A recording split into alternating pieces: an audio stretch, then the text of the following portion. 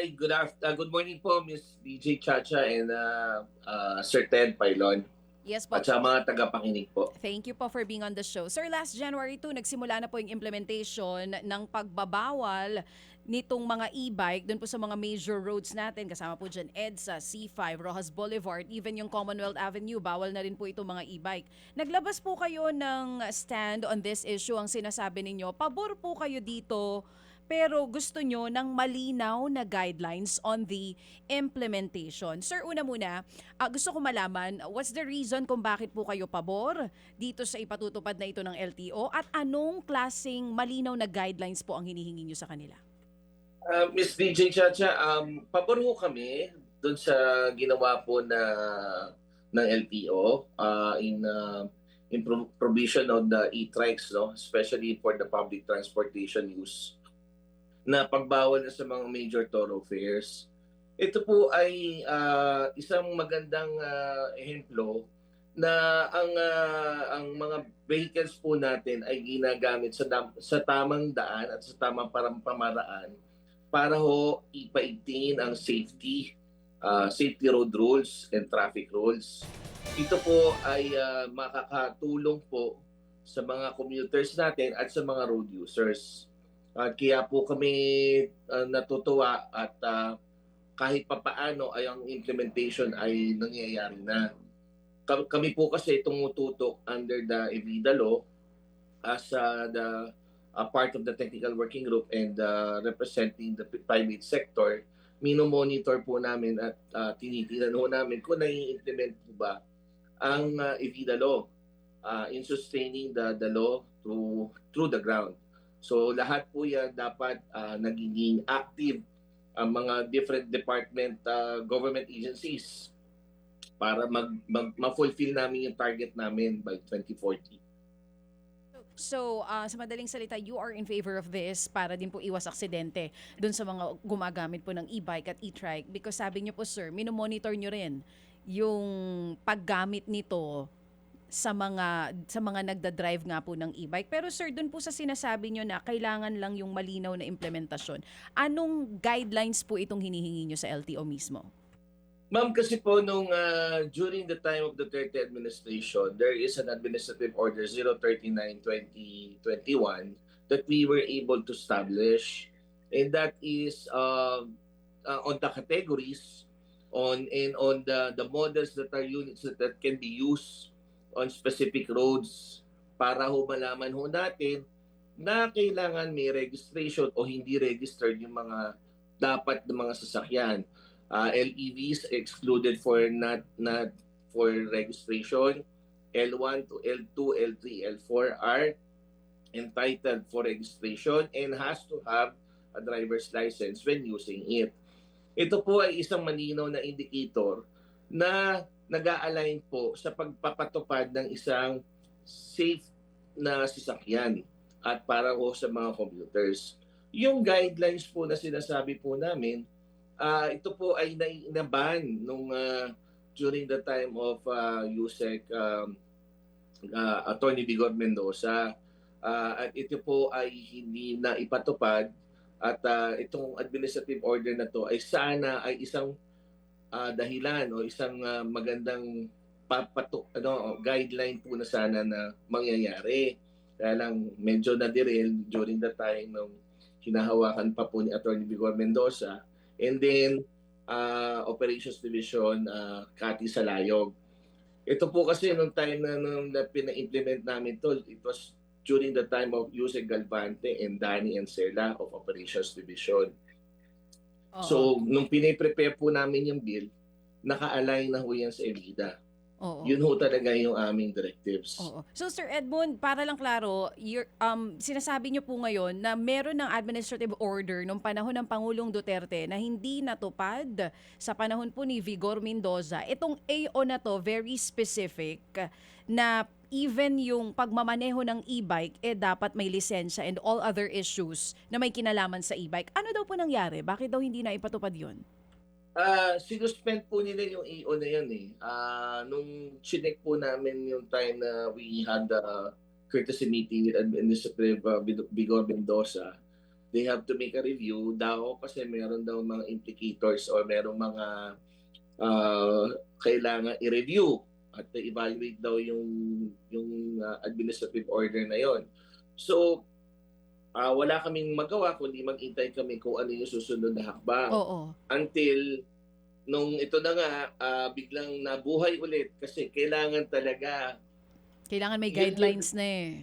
yun Oo eh, eh. nandun na yun, ma'am eh. Sir Edmond, So, anong yes. year po yan yung may administrative order na and then gaano katagal na Okay. dapat hindi na natin problema to kung meron na pala? Ilang years na yung paghihintay nyo na i-review nila at di na kayo nabalikan? So, Administrative Order 039/2021. So Tagal, 2021 oo. po 'yan nung inimplement na put into public na po 'yan, naayos na po 'yan, Mhm. na set na po 'yan Mm. bago magkaroon ng Evida Law. Kasi 'yan nga, titingnan din ng mga lawmakers natin, ano ba yung background nitong bill na pinapasa niyo? Meron na ba 'tong supporting documents or Mhm. na para ma-sustain itong mga guidelines natin? Oo. Sir, ano pa daw ang kailangan reviewin doon? Naayos na po ba nila yan sa ngayon? Kasi 2026 na ngayon. Yun nga po, Ma'am DJ Chacha, na kami po ay sabi ko nga, last December, I was in the LTO when I came from Singapore, na sinabi ko kagad na kung kailangan niyo pong tulong, pwede mo kaming mag-extend ng help sa inyo para pag-aralan natin kung ano ho yung gusto niyo mangyari para ho Mhm. magkaroon ulit tayo ng set of guidelines na tatama na ho sa directives ng Evida Law at CREVI. So, ibig Yun, sabihin, sir, kung tama yung pagkakaintindi ko, walang specific na sinabi sa inyo kung ano ang babaguhin at kung ano ang i-review. Basta sinabi na lang, may i-review, 2021 pa po yun, at hanggang ngayon, wala pang balik. yun ang ganun ang dating sa amin kasi hindi kami binalikan na kung ano yung mga items na kailangan i-highlight. Kasi as I recall it right, Ms. DJ Chacha, nung time na nagkaroon ng maraming aksidente, yan po yung biglang nagkaroon ng mainit na issue last year pa ho. So, Mm-mm. talagang biglang nag-turn around ang events namin, lalo na sa mga members namin, saka yung mga nagbebenta, nagkaroon ng confusion. Merong irerehistro, merong hindi na kailangan irehistro, merong kailangan may lisensya and all. Yan po, ma'am, na i-establish na ho namin yan since. Dun sa Kaya AO. lang, sayang ho talaga yung mga efforts namin na hindi ho napapatupad. Mm-mm. Mm-mm. Sir, with Sir Lacanilaw now, bago na po kasi namumuno dyan sa LTO, nabanggit niyo po ba ito at ano po ang tugon niya? Kasi kung may administrative order na sinasabi niyo malinaw yung guidelines and implementation na lang ang kailangan, bakit hindi pa ito? Bakit gumawa pa sila ng panibagong memorandum? I think they're still now reviewing on that aspect, but at least Yusek Takagilao is very vocal na meron na sila tinitingnan ng mga items which is acceptable naman. Yun nga po, sabi ko po nga sa kanila nung pagkarating ko po galing nung last December po, sabi ko kung ano po ang pwede pa namin maitulong sa inyo, willing po kami mag-review o tumulong sa technical aspect po nito para maayos po natin. Sa ngayon po, wala pa rin ho kaming naririnig sa kanila. The last time that I coordinated with them was the second week of December. Oo, so hindi pa rin po kayo nababalikan sa ngayon. And another thing na hinihingi nyo rin po, sir, aside dito sa proper guidelines and implementation, kung ngayon kasi nasa major roads tayo sinabi rin po ng LTO na madadagdagan pa po ito, even the secondary roads kasama dito. So even the secondary roads or routes na hindi pwedeng daanan ng e-trike or e-bike, hindi pa po nakukonsulta sa inyo kung ano-ano yon. Actually, Ms. DJ, hindi nga natin alam ano ba secondary road. Exactly, good point. Oo nga. Ano Oo. po ba yung interbarangay roads? Ano po ba yung dapat po yan pag nag-publish ka, i-itemize mo lahat para hindi maging magulo sa mga taong bayan o sa mga mananakay o sa mga gumagamit ng sasakyan. Pangalawa po, tama naman na by lateralize, umpisahan sa Metro Manila. Ito po ay sinangguni sa MMDA kaya na-establish nila within Metro Manila pa lang. How about the national highway that we consider? Ang national highway natin, mula Bulacan hanggang norte ng Ilocos, may national highway yan. Kanino po bang provision po yan? Yan po ay dapat sa National Department o ng LTO, DOTR. Ang isa pa hong dapat na may establish natin, coordination with local government units wherein they are the ones who control the three-wheel vehicle and issuance of franchising of the three wheels are coming from the local government unit wherein they have to identify which are the areas of concern that they can use of. And in fact, under IVIDA law, they can develop green routes para masabi nila na gumagamit sila ng electric vehicle using the green route land. So bottom line po talaga dito, sir, actually kailangan po ng legislation kasi dapat ma-update na itong EVIDA law na ito, di ba? Kasi po dito ngayon sa development na ito, para po specific na po ito, hindi lang po AO o EO, kung hindi mismong Republic Act na po at magkaroon na ang Kongreso ng pagdinig dito para po mailatag na ang lahat ng gusto niyo hong sabihin at yung pong definition ng inyong hinihingi. Sir Ted, yun po, yung sa Republic Act, actually, it is the task of the Department of Transportation. Doon po kasi sa EVIDA, kung i-review natin ng EVIDA, ito po ay under Comprehensive Roadmap of Electric Vehicle Industry Development. No? Ito po ay sangay ng 6 na department government sectors, which is under the leadership of Department of Energy, and then DOTR, DOE, DOI, DTI, DNR, DOST, DILG. Yan po ay dapat nag-uusap-usap na sila doon sa plans and programs under the CREVI. And that hindi na po kailangan ng Republic Act ulit kasi nandiyan na po talaga yung law. Kailangan lang po nila i-develop. At meron na po kami mga projections that establish and kung ano po yung mga dapat na mga plans and programs na manggagaling sa mga interagency departments. Ang Yan problema po ay po dapat... yata dyan, sir, ang problema po kasi dyan, sir, sa binabanggit po ninyo na pinauubaya yung implementing rules nito sa mga sangay po, under nga itong mga departamento. Yun po sinasabi nyo, di ba? Yung implementing rules nito, meron pong toka-toka bawat isa. Yes. Ang problema lang dyan kasi, dahil yung implementing rules na yan, hindi po pwede pong maging kontra sa specific provision ng RA na binabanggit natin. May mga conflicting ho kasi dito Kagaya po halimbawa, yung identification po ng mga roads na ito, kaninyo, di ba?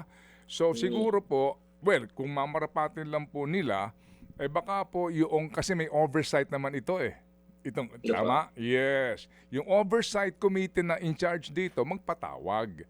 Di ba? Nang pagpupulong kasama kayo, si LTO, si DOTR, si PMP, si DILG, para pag-usapan na nasa na ba tayo ngayon, di ba? Tama po, sir. Di ba, sir? Dapat po talaga mag-congressman ulit kayo, sir. pero di ho ba ganun? Di ba dapat moving forward po sa isyong ito, dapat yung oversight ng batas na ito, sila po ang maging abala dito. Kasi nga, baka ho kasi nga may binabanggit din itong si LTO na hanggang dito lang kami. Kapag sumobra kami, baka tumatapak kami sa kapangyarihan ng LGU. Di po ba? Opo. So, Opo. Tama po yun. Yes, may conflicting kasi ho dito Kasi hindi ho naman kasi perfect Ang lahat mo naman ng mga hindi ho perfect, di po ba? Tama po Congressman Ted. Yung pong yung issue po kasi ng limitations on the kung saan lang po yung sangay nila at kung ano yung pwede nilang hawakan. Ang pinaka proper na sasabihin ko po ay sana ay coordination. Yes, oo. Yun po ang pinaka-importante at pag-uusap na hindi po pwede tayong hindi ano to amin to hindi niyo pwedeng pakialaman to. Opo. Kasi walang mangyayari kung magpapataasan tayo ng ihi, kailangan natin talaga sit on it yung plans and program. Opo. Kasi sir, kami nung gumawa kami yan together with our academe chapter, nilay down na namin yan until 2040. In that yung implementation po natin yan, kailangan i-monitor all the time para ma-sustain. Kasi Opo. pag wala monitoring, madiderail yung law. Sayang. Opo, yes sir. Okay, sige. So moving forward po, paano yan? Kayo ba ang susulat sa Kongreso? Susulat sa DOTR? Kasi kung kayo po na ang nagsasabi, sandali lang, okay kami dyan, pero pwede bang konsultahin nyo kami para sa paglalatag ng mga panuntunan? Paano po? How do you move forward? What we do now is we do some we add our own statements and we personally talk to them on how to touch base on each and every department heads para po makipag-ugnayan sa kanila. Opo. Pagdating naman po kasi sa lawmakers natin, hindi ko kagad tayo dumidirekta sa kanila kasi sasabihin naman nila, kausapin niyo muna itong mga department heads na to Opo. para magkaroon tayo ng yung mas directive approach, Okay. no? Opo. Yun po yung ginagawa namin ngayon. So, Opo. bilang representing the private sector, we do the due diligence po kung paano natin Okay. ipa-plan out na mas maganda. Opo. Sige po. Kasi naman, ako naman sa akin lang po naman to, this is my humble opinion na kung ako naman yung doong nasa oversight, kasi sa batas na ito, merong oversight dyan yung Congress, no? Ang Committee on Energy, etc. Kasi po, maganda rin, kumustahin na after how many years, halimbawa, yung pagkakaroon ng charging stations. Magandang tanong yan ngayon dito po, we encourage people to go electric vehicle na, di ba? Para sa ating environment, etc. Opo, pero yun nga, ang tanong dito, paano ako bibili ng electric vehicle kung wala man akong pagkakargahan nito kapag nasa labas ako? Maganda rin kumustahin yan Nasa ganun po, malaman natin, baka naman may pagkukulang. Bakit di na-oobliga itong magtayo ng mga charging station? Mga ganun pong bagay to improve this particular sector. Di po ba? Ano po, sir? Tama po, sir. Actually, hindi ho tumitigil ang government and private sectors on promoting this. In fact, monthly, meron ho kami information na roll out from our social media sites, make it government or private sector. Opo. I-inform namin from time to time yung 1,200 charging points na po ang meron tayo within national na po At tapos meron na po tayong ganitong mga dami ng sasakyan o nire-report po namin yan. Opo, Ang problema sige. lang po, yung iba ho kasi very secretive. Ayaw nilang ipaalam kung ilan yung mga nabebenta. At pangalawa po, sir, lagi nila tinitinan lang pagka electric vehicle, puro kotse. Ang hindi nila naiintindihan, sa Pilipinas po, ang pinaka-affordable is on the 2-wheel and 3-wheel sector. Opo. Which is more easier for us para ma-promote to. Kasi ang na-afford lang po ng isang mamamayan natin ay nando sa level na to na para natin palakihin. Okay. Ngayon, ang tinitingnan naman ho natin sa ang angulo tayo makaka-charge. Opo. Meron na po tayong iba, hindi lang po sa kuryenteng direkta, kundi sa mga solar panels pa po nakaka-charge tayo, other renewable energy. Maraming sakay, sir. Opo. So Sige talagang industriya na to, po. Opo. malaki pa ho ang kailangang i-develop. Sige po. So kami po nagagalak na mapag-usapan para po yung interest ng taong bayan po ay mabuhay dito po sa napaka-importanteng pagbabago po sa ating pong transportasyon. Sige po, Sir Edmund, salamat na marami. Makikibalita kami kung sakasakali po na meron na ho kayong update dito po sa inyo pong gusto mangyari nga na konsultasyon. Salamat po, Sir. Thank you po, Kongted and DJ Chacha. Salamat po. Thank you. Mga kapatid, brothers and sisters, saan ka pa? Dito na tayo sa Totoo. Dito na tayo sa True FM. Mga kapatid, mag-subscribe and follow po kayo sa social media accounts ng True Network PH. Yan po kami, hanapin nyo lang True Network PH, Facebook, Instagram, YouTube, TikTok, and podcast. mapa Apple or Spotify man yan, mahahanap nyo kami. Lahat ng mga napapanood at napapakinggan nyo po sa programa, nasa social media accounts namin yan. So paano mga kapatid? See you sa social media!